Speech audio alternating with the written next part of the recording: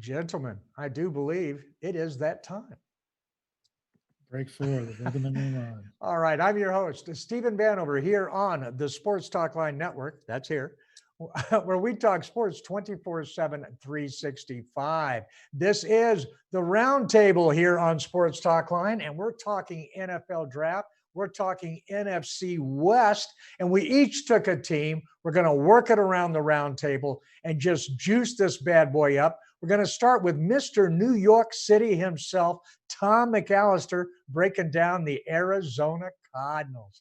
Tom, jump to it, my man.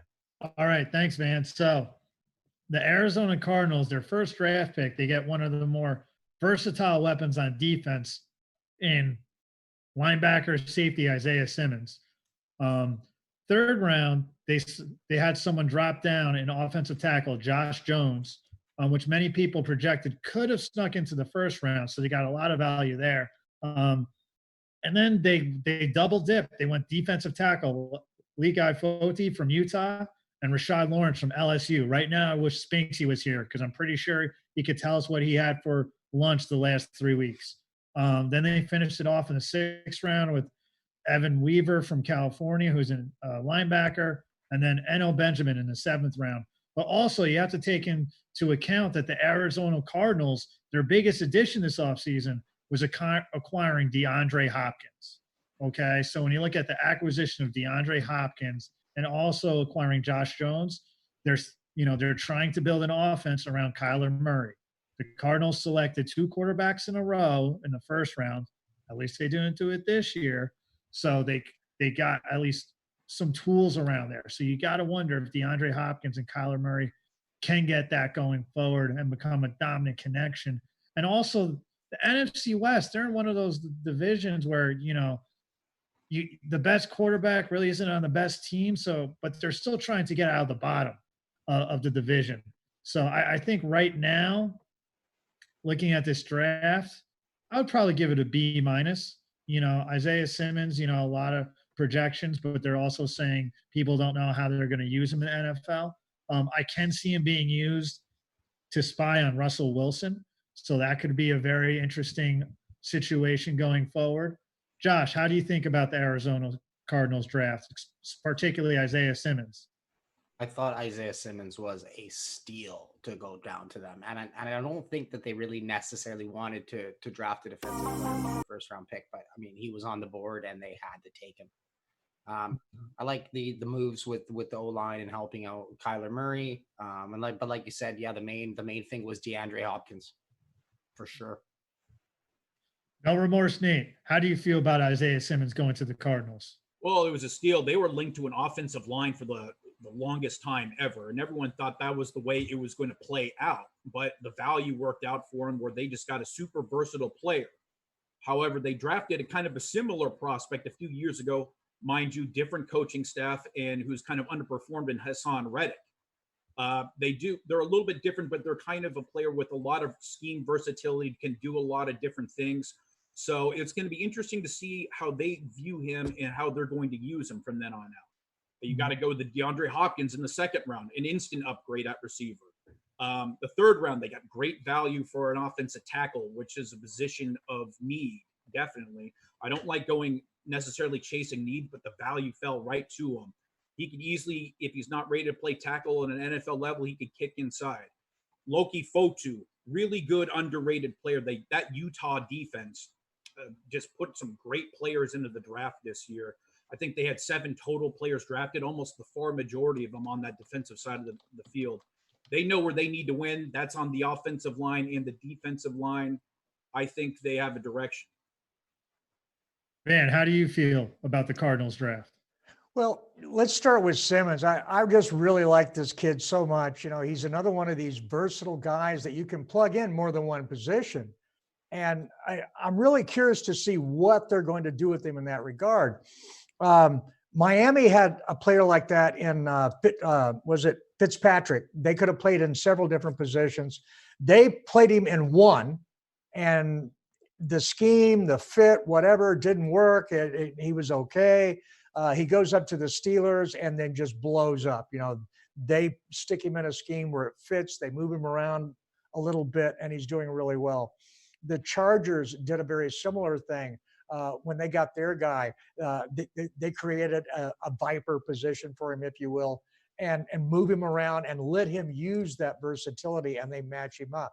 The Dallas Cowboys got a versatile guy like that in Byron Jones. They stuck him at one position and got so out of him, moved him to another position, and he got a lot better. I don't know exactly what Miami's going to do with him at this point. They didn't do too well with the last guy they had like that.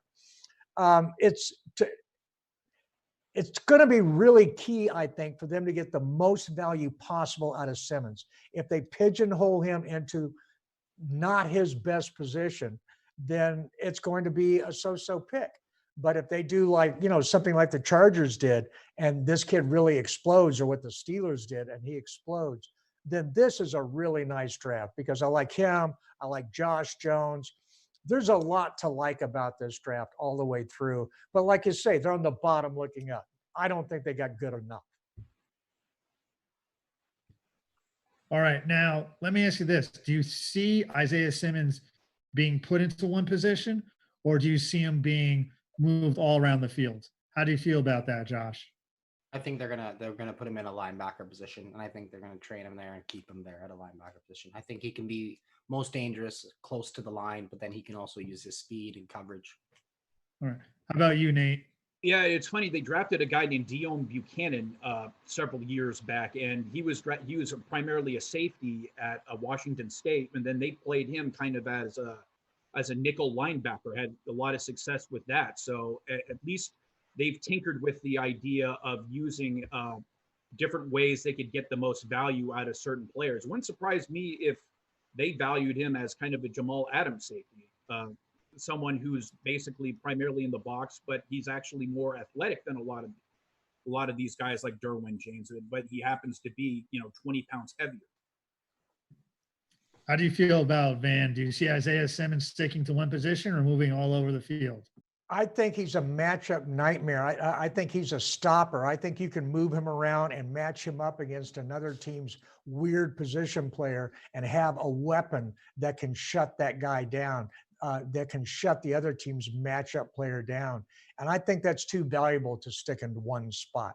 I think to get the most value out of him, move him around. On the other hand, I see what Josh is saying there, man. I mean, it's a lot simpler to learn one position. Yeah, and then they might keep it simple for him year one. Just stick to what he does well, and I think he could have an immediate impact. All right. Well, I give him a B as well. What do you guys give him, Nate? I give him a solid B. I mean, if you apply the DeAndre Hopkins trade, I give it a B plus, considering the value of that trade. That's a good call. What about you, Josh? Yeah, that's I'm going to go right with you guys. B's across the board. I mean, if you include right. DeAndre Hopkins. All right, it's a killer bees draft for the Cards, all the way around. Well, hey, let's zip on down the West board here, if you will. And Joshua, we're going to look at the team that has the most interesting logo in the NFL. All right, the Los Angeles Rams. I'm sorry. Explain that logo. I don't want to explain the logo. I'm still waiting to see that when they announced the new uniforms, they're like, just kidding. We know you didn't like that. So here's what we actually did. Total. All right. Well, what about the draft? Is that better news than the logo? I don't know. I don't really think so. They didn't have their first round draft pick. I mean, if we're doing that, I guess they drafted Jalen Ramsey. So right. I'll take that. You have to count that, man. That's straight up what they got. I mean, Cam Akers is going to be a solid player at running back. He should split time there. Van Jefferson, the wide receiver, that was a hit or miss. I don't really like that draft pick. There was better wide receivers available there.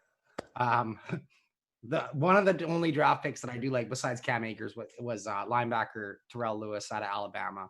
And then I give a little bit for their next one for in the third round for Terrell Burgess out of Nate's already talked about it, the Utah defense there. There's another player right out of Utah. Yeah, what Grandpa used to say here, Josh, tell me if you agree or disagree, is these guys that you're mentioning, okay, they're good eggs, but of course the hen's ass is full of them. Yes, very full. And I mean, they didn't draft an O lineman until their last pick in the 7th round for a team that could not protect Jared Goff. That was a need. They lost a lot of defense and they didn't replace it. I mean, I gave the Rams a C for their draft. They drafted a kicker. Come on. Well, so did the Patriots, man. Okay. So, I mean, Yeah, but he'll end up being their quarterback. Well, I'm like you. I look at these guys, and it's not that I have anything against them. It's just like, okay, where you picked them. All right. Well, picking your first pick is the 20th pick of the 2nd round. Okay, most of the sizzle guys are gone, but there's some other teams that were getting good guys in the 4th, 5th, and 6th round. You're going like, oh, wow, that's a good pick. That guy got 30 sacks. That guy got this. That guy got that. I'm not seeing any of that. I mean, again, these are Jags, just a guys. That's what I think about it. Nate, what do you think? I think the Rams actually had considering they did not have a first-round pick. I think they did a great job. I think they stuck to their board. I think they conversely, where other teams, I think you could see they made picks just based off of need. I think if you look at a lot of the good teams throughout the league, they stick to their board. Right. Cam Akers could be a really good fit for them because Jared Goff needs a run game to really flourish. And Cam Akers played on some really bad teams at Florida State these last couple of years. So I think he could come in and probably have the starting job and have an impact right away. We look later on, Terrell Lewis really had only 1 year of production at Alabama, had a lot of injury problems. He was a 5-star rated prospect coming out of high school, a guy with a lot of talent. Great selection in the 3rd round. That's kind of the injury round right there. I think he could probably be a huge boost. Actually, I thought that was the 2nd round, that Jerry Jones used the 2nd round for injury. Well, yeah, that's a different standard. Oh, okay. My bad. Sorry. I mean, the guy went cheap on his facelift. Come on. But anyway, and then like you said, Terrell, the Rams have holes all over the place, especially on defense with so many people leaving. I mean, and so they stuck to their board, and I think they got some good value. And I like the safety from Utah they got. So those are 3 players I could easily see making a contribution next year. I could 100% see the 3 of them making contributions right away. So I would have. So what did you give him? I ended up giving him a B- because I count Jalen Ramsey, and when you get a guy like Jalen Ramsey, you're not having a bad draft. Okay, and so they got him, and then some other. I don't see anybody on here that's bad whatsoever, and there is some upside. I gave him a B-, but again, nobody excites me other than Jalen Ramsey. What do you think? That's it, right? I mean, you're just at this point, you're just trying to stack together good players. I mean, the Rams just need to acquire talent. I mean, if they went and searched for an offensive tackle in round 2 or and stuff like that, I think this they drafted a kicker, man. A different direction. So. Well, I guess it is important to note too that they did sign 20 undrafted free agents right after. Oh yeah. So I mean, if 1 or 2 of those guys hits, that could be big. And actually, Josh, didn't they know that this was going to be what they were having to do when they made those trades and everything to do that talent influx? They knew they were going to have to pay. They knew they were going to have to get lucky and some lower free agents on some lower draft picks hitting. They haven't done that bad, have they? No, I mean, and considering now that they're going to actually have a little bit of cap room to work with, even after signing Jalen Ramsey, so everything should be good. But I mean, how do you feel about their picks this year, Tom? I think about a year or 2 ago, the Rams made the decision, we got to go all in, give up our draft capital to win the Super Bowl. They came close, but not close enough. So I'm kind of using that and weighing in the options. I think the pick that I like most is a Terrell Lewis, the linebacker from Alabama, 6'5", 262.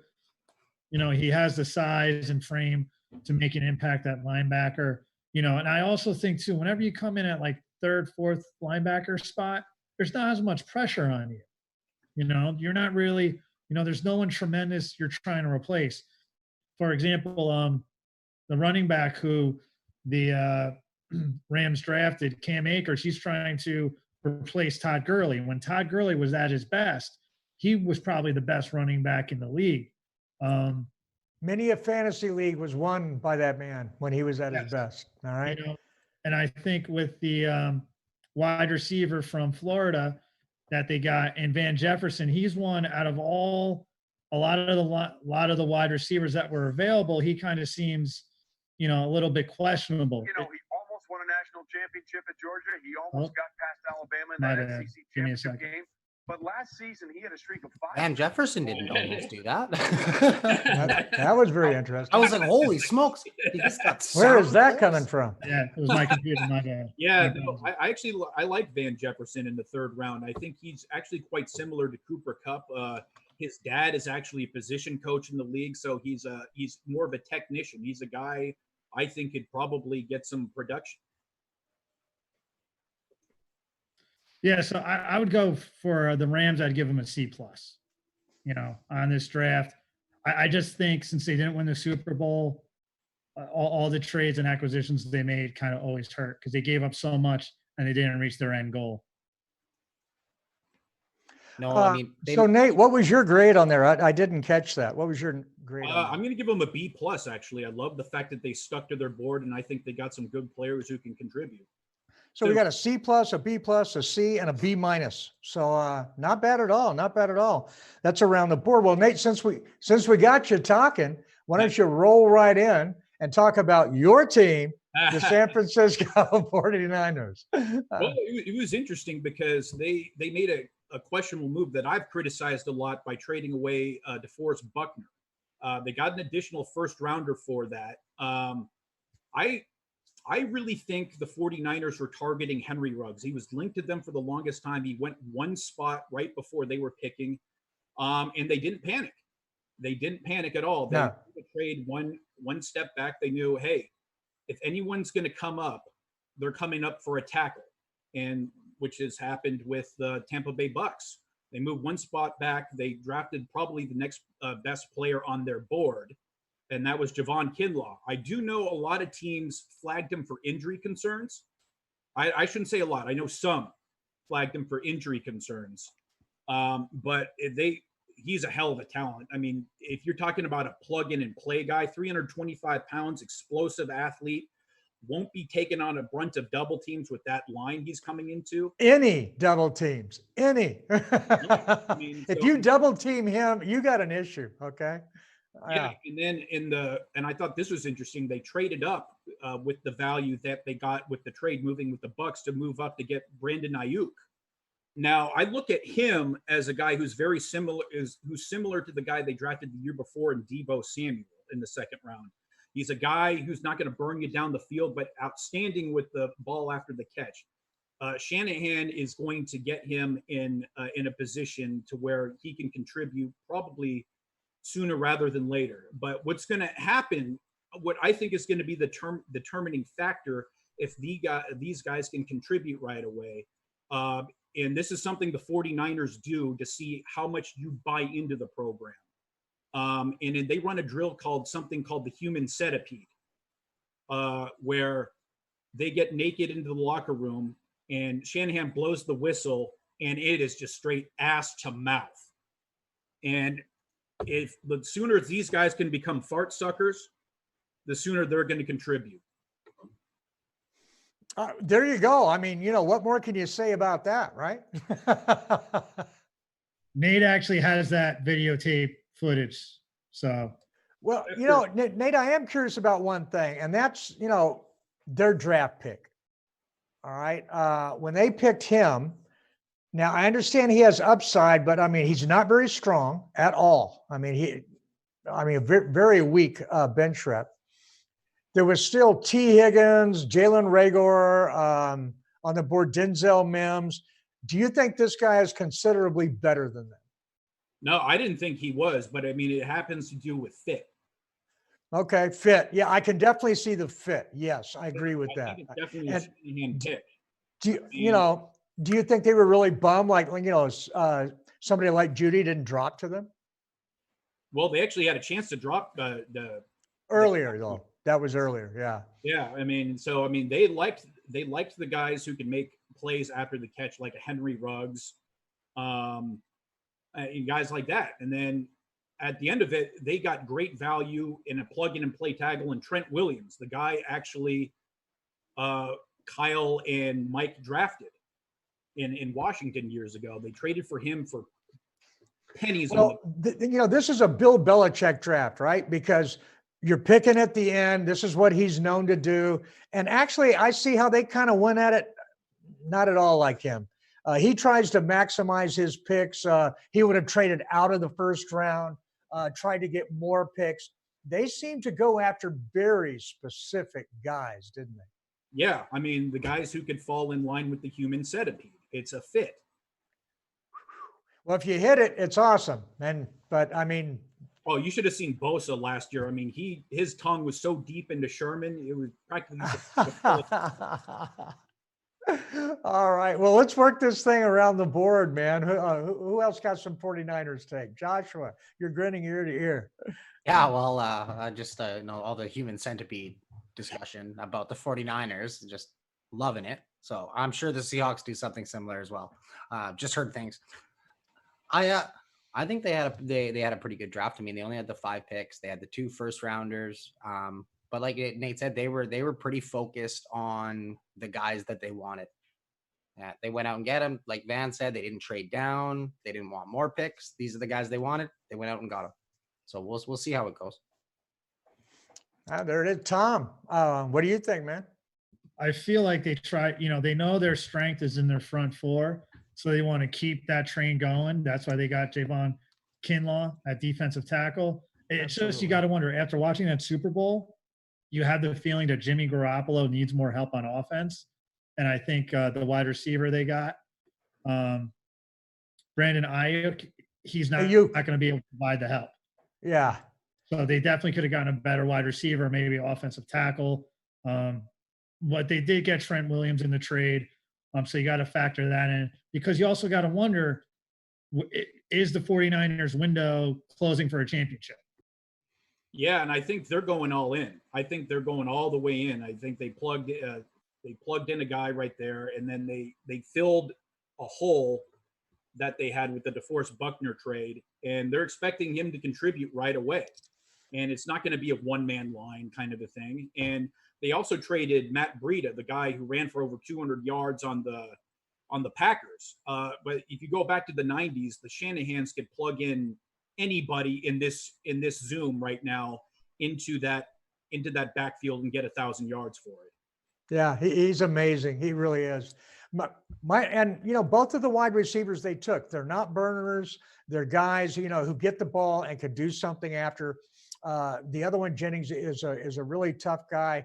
And I like what they did, at offensive tackle, both drafting one and trading for a guy that is solid. I think that's a huge move and reflects the all-in aspect. I gave him a solid B. It's tough to draft down there. I almost went with a B minus. Just as a matter of fact, I'm going to go B minus because they only had 1, 2, 3, 4, 5 picks. It's tough. It's tough to get very high with only 5 picks. But I mean, I like what they did. What about you, Nate? What are you giving them? I actually give them an A. I mean, considering the lack of draft resources, they got the most out of it as possible. I mean, did that hurt? What's that? Did that hurt giving them an A? I mean, was that painful? A lot of joy when Lamb catches 3 touchdowns on him next year. All right, Josh, what are you giving my man? I'm giving them a B. A B. Yeah. All right. I think they had like Nate said, they had a solid draft. They picked the people they wanted to in the first round. They didn't really feel the need for anybody else, and they were really high on Ajax. Yes, obviously. Well, Tom, what's New York think? I think B minus. They did get a replacement on the defensive line. Just think they should have gotten more weapons for Garoppolo in the draft. So LA and New York are agreeing on something. This is really weird, man. This is really weird. All right. Okay, we're going to move on to the Seahawks now. And okay, we're done with that. Okay. They're not done with it. What grade did you give them, Tom? I think I don't know what's worse, when people hear your draft pick and they start booing, or people hear your draft pick and start saying who. And I think that's what happens with the Seahawks pick with Jordan Brooks. I mean, I think he's undersized for a linebacker. Jordan who? Jordan Brooks. Oh yeah, that's right. I'm sorry, That guy. didn't recognize the name. That's on me. Yeah. Yeah, so it's kind of like, he's undersized for a linebacker, 6 foot 240, and this is a head scratcher. Walks with the limp, doesn't speak English, goes by the name of Lucky, but other than that, yeah, it's just that one. The one pick. Well, I think Spinksy would rip me apart for that. I believe it was Damian Lewis. I believe, what was he? Was he the backup for on the LSU offensive line? Yeah, offensive guard, LSU. Yeah, he's well, let me just step to these guys real quick. All right, Jordan Brooks, actually, by all accounts, is a very good player. He was a 4-year starter. He got all conference awards every year that he was in there. He led his team in tackles every year. He's an overachiever, and what we talked about, Nate, if you're going to compete against a lesser competition, which he was, okay. I mean, Texas Tech, yeah, okay. He did dominate. So, and he can handle himself on and off the field. But I mean, the howl from the fan base, I mean, he's definitely not a name. It was a reach. Let's just call it that. Okay. Darrell Taylor off the edge from Tennessee. He had 8.5 sacks and 10 tackles for loss last year. So he's got some production, but the pundits again were panning this pick because he needs to learn scheme and everything. This is a player that's going to be difficult to. He doesn't diagnose on the run. Basically, he's got one move: run at the quarterback. He doesn't have a move, and if he gets there, great. If there's anything else going on, he misses it. So that's a problem. Damian Lewis at this point was their best pick of the first 3 rounds. Mm-hmm. All right. That should tell you the backup guard. Okay. Colby Parkinson, the tight end from Stanford. Hey, he's a tight end from Stanford. Cut him some slack. Okay. He's not that bad. He actually did okay. Then they come back and they get DJ Dallas, running back out of Miami. Can't stay healthy. He's an okay running back. He can catch the ball. He's okay at everything, but he's not good at anything. And he couldn't stay healthy either. And then Alton Robinson, defensive end out of Syracuse. He's at least got the size and stuff like that. It just, didn't really do anything with it. Freddie Swain, a wide receiver out of Florida. I think that may be the worst pick he made. And then Stephen Sullivan, the tight end out of LSU. That is their best pick of the freaking draft, and they made it with their 8th pick. I love that pick. He's got the most talent of anybody that they took, I believe, and I think that he is the best pick of the draft. So do I even need to even grade this draft? Yeah, well, it's interesting because when fail, that's what I give it. Really? The thing is, the thing is about the Seahawks, they're like the New England Patriots. They go a completely unconventional route. You are right, man. You are right. And it's fun to talk about this. And when you give it the value that you do with other drafts, it all falls apart. But when you look at it, each one of these guys, like Jordan Brooks, production was there. Darrell Taylor, the production was there. I mean, he's a mess, but the production was there. Damian Lewis, he's put together really well. Colby Parkinson, tight end Stanford. He's got the bona fides. DJ Dallas, I don't get that one, man. That I don't care who you are. I just don't get that pick. Alton Robinson, defensive end. I understand that pick. That's all. Freddie Swain, man, there's still better receivers out there, I think, than Freddie Swain. But Stephen Sullivan, I mean, out of all the grades that I gave their picks, I gave him an A. So what's your final grade? Is it still an F? no, because I was thinking about what you said earlier as well. I would have to give it really an incomplete.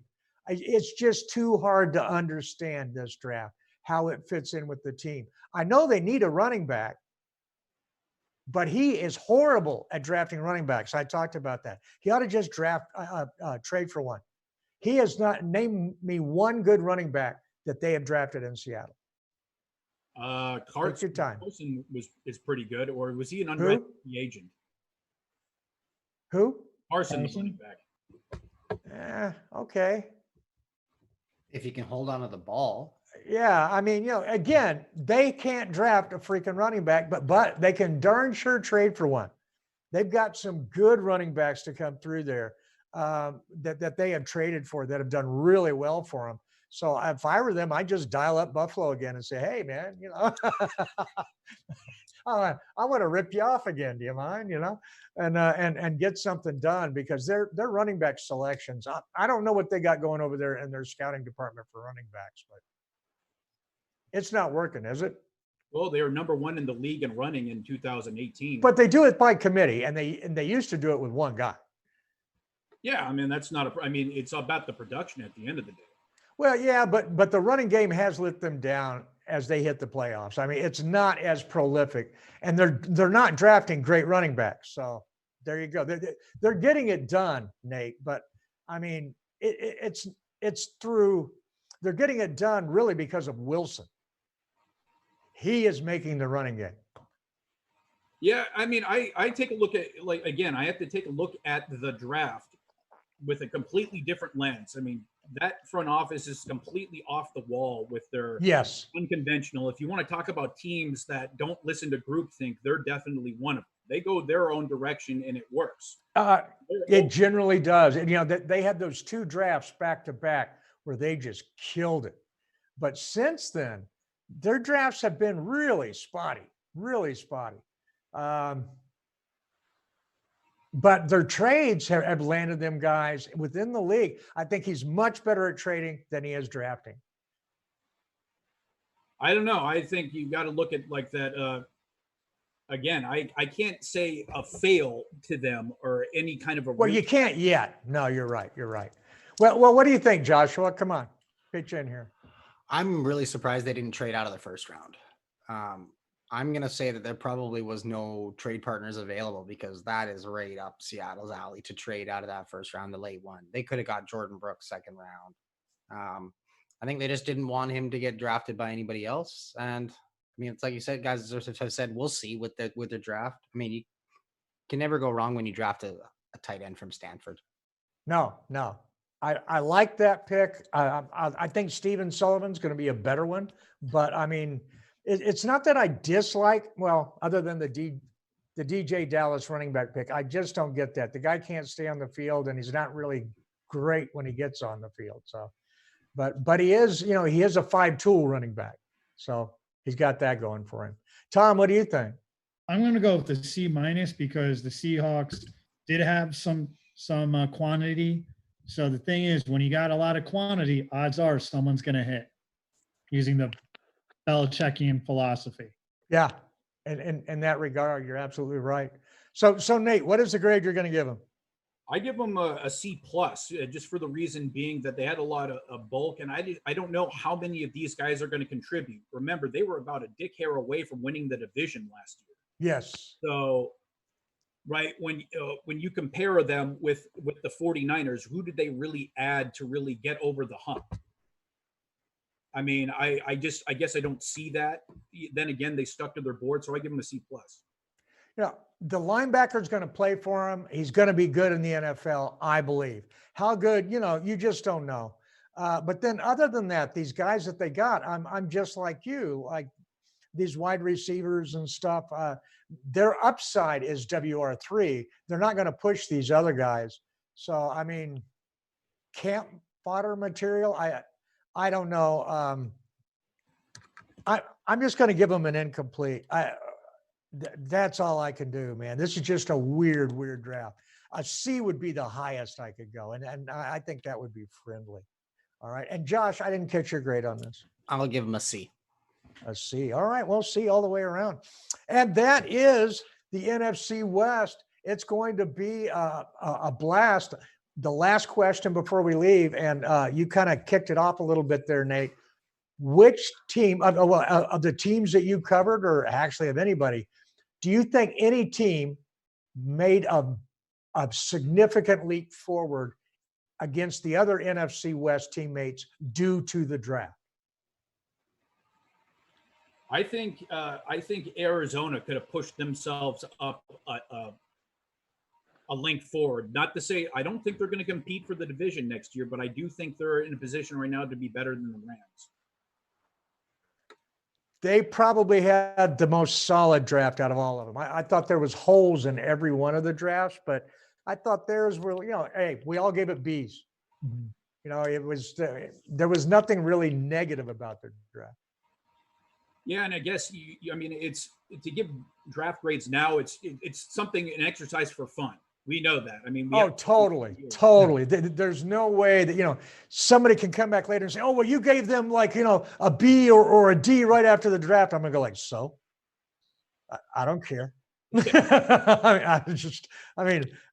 We're just guessing right now, and actually, what we're looking at is draft value.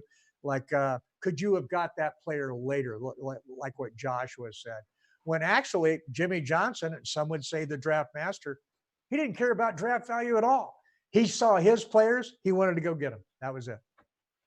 So, right.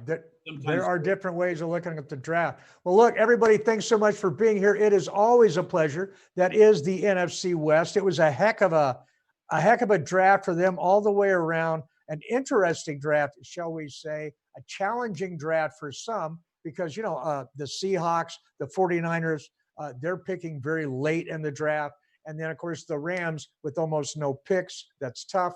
And then the Cardinals you're looking at from the bottom looking up. That's never a pleasant place to be. It was a fun draft all around. Joshua, we'll be looking forward to hearing about your LA Rams. People can find you on Twitter at Joshua Griffith 0. Thank you so much for being here, sir. Thank you for having me. Enjoyed it as usual. All right. Mr. Nate, No Remorse Sports. Thank you for being here as always. And that's where we can find you on Twitter at No Remorse Sports.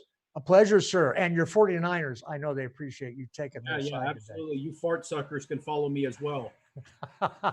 All right. And New York City being represented with aplomb as always with Mr. Tom McAllister. You can find him on Twitter at defends_com.